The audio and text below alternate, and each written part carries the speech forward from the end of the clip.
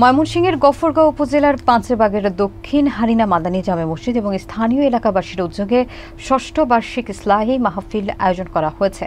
মাহফিলের সভাপতিত্ব করেন পীরে কামেল হজরত মাওলানা রইসউদ্দিন সাহেব, সহসভাপতিত্ব করেন মুফতি আহমেদ আলী সাহেব। প্রধান অতিথি হিসেবে উপস্থিত ছিলেন ময়মনসিংহ দক্ষিণ জেলা বিএনপির সাবেক যুগ্ম আহ্বায়ক অ্যাডভোকেট আল ফাতা খান। উক্ত মাহফিলে বিভিন্ন মাশায়েখ এবং বিশেষ অতিথিরা বয়ান দেন, যেখানে সারা বাংলাদেশ থেকে ধর্মপ্রাণ মুসল্লিরা অংশ নেন। মাহফিল পরিচালনা করেন ওসামা বিন মাহাদি। বিস্তারিত থাকছে দিন মোহাম্মদের প্রতিবেদনে।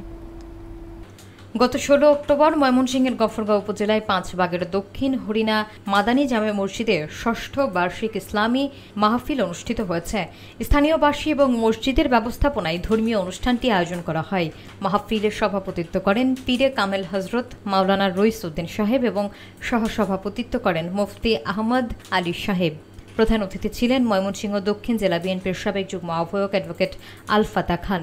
অনুষ্ঠানে সারা বাংলাদেশের বিভিন্ন মাশায়েখ অংশ নিয়ে বয়ান প্রদান করেন, যার মধ্যে ছিলেন মুফতি আনিসুর রহমান আশরাফি কুমিল্লা, আল্লামা খালেদ সাইফুল্লাহ লক্ষ্মীপুর, পীরে কামেল হজরত মাওলানা এহতেরামুল হক ইজানি এবং হজরত মাওলানা ইয়াহিয়া বিন ইউনুসি কুমিল্লা। মাহফিলের সার্বিক তত্ত্বাবধান করেন পাগলা থানা ছাত্রদলের সিনিয়র যুগ্ম আহ্বায়ক মুজাহিদুল কবির। স্থানীয়রা জানিয়েছেন, এই ধরনের মাহফিল যুব সমাজ ও ধর্মপ্রাণ মুসল্লিদের মধ্যে ইসলামী শিক্ষার প্রসার ঘটাতে গুরুত্বপূর্ণ ভূমিকা রাখে। বান্দা, তুমি মনে রেখো, আমি আল্লাহ তাআলা তোমারে 5টা কথা বলতেছি। সূরা কাফ 26 নম্বর পারা 50 নম্বর সূরা।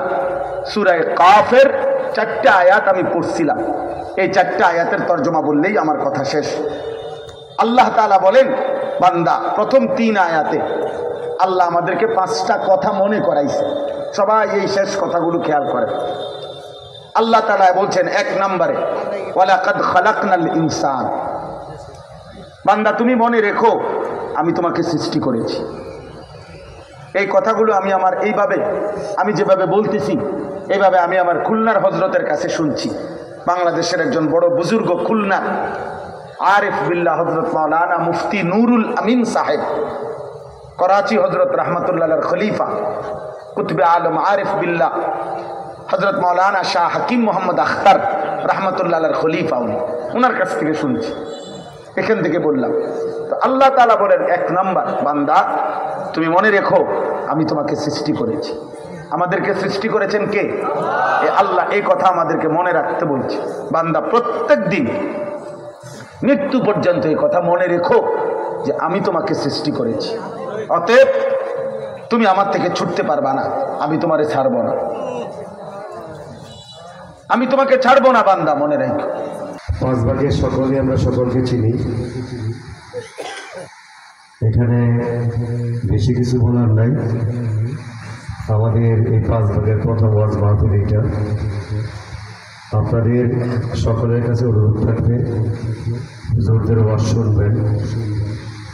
ওয়াজ শোনাতে দোষ নাই, যদি ওয়াজের তাসিম না হয় শুনেও লাভ নাই। হুজুররা এটা কষ্ট করে, এই যে হুজুর বক্তৃতা দিতে এগিয়ে যাচ্ছিলেন, এটা কষ্ট করে আপনাদেরকে নসিহত করেন। এইখান থেকে যদি 2-1টা আমলও আপনারা পালন করতে পারেন, নিজের জীবনে অনুসরণ করতে পারেন, তাহলে এই যে এলাকার লোকজন কষ্ট করে একটা ওয়াজ মাহফিল আয়োজন করে, বিভিন্ন এলাকা থেকে জ্ঞানী গুণী পল্লী উলামায়ে কেরামগণ আসেন আপনাদেরকে ওয়াজ নসিহত করার জন্য, এই পরিশ্রমটা সফল হয়। আপনাদের সকলকে নিয়ে এই পথ পাড়ি দিই। সকলকে ধন্যবাদ। সকলেই এখানে অতিথি আগ্রহ অপেক্ষা করছেন আপনাদের প্রধান বক্তার ওয়াজ শোনার জন্য। আমি এই পাঁচবাগবাসীর পক্ষ থেকে এবং আমার পক্ষ থেকে আপনারা যারা এখানে আজকে ওয়াজ করেছেন, উপস্থিত হয়েছেন, এই প্রোগ্রামটা সুন্দর করার জন্য পরিশ্রম করেছেন, সকলকে ধন্যবাদ জানাচ্ছি। আর একটি প্রোগ্রাম একার দ্বারা সফল করা সম্ভব হয় না, সেখানে সকলের সহযোগিতা প্রয়োজন। যে যারা অবস্থান থেকে সহযোগিতা করার চেষ্টা করবেন। তারপর আমি তো আছি। আর আরেকটা জিনিস হুজুর যথার্থ বলেছেন যে মসজিদটা হয়ে আসলে মনে হয় ভালো হতো। এটা শিখতে হবে।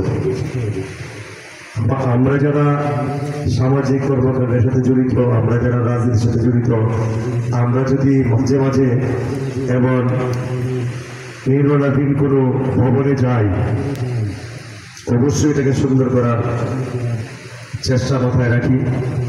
সকলকে নিয়ে আল্লাহর রহমতে চেষ্টা করবো এই মসজিদটা যাতে সুন্দর করা যায়। সর্বশেষে আপনাদের সকলের সুস্বাস্থ্য কামনা করি,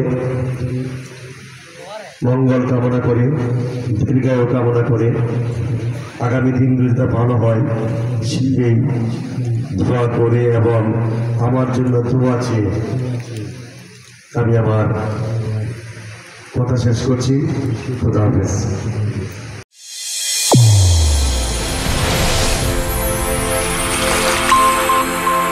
চ্যানেল A1 হৃদয়ের স্পন্দন।